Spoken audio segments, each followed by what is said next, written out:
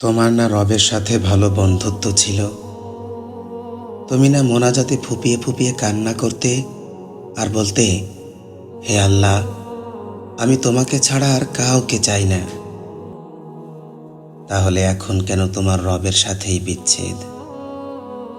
তুমি না তাওবা করেছিলে? তুমি না আল্লাহর জন্য সব ছেড়ে দিয়েছিলে? তুমি না বুঝতে পেরেছিলে তোমার আসল ঠিকানা কোথায়? তুমি না মুমিন হতে চেয়েছিলে, ইসলাম মেনে চলতে চেয়েছিলে? ভুলে গেছো? আবার কেন পাপে জড়িয়ে গেলে? তুমি না সিজদায় পড়ে কেঁদেছিলে তোমার গুনাহের জন্য? তাহলে কেন আবার দুনিয়ার ধোঁকায় পড়ে গেলে? তুমি কি হেরে গেলে তোমার নফসের কাছে? আল্লাহর প্রিয় হতে পারলে না? বারবার শয়তানের ধোঁকায় পা ফেলছো?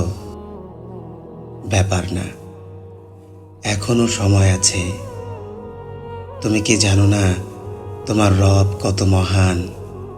তিনি অপেক্ষা করছেন তোমার জন্য, তোমাকে ক্ষমা করার জন্য।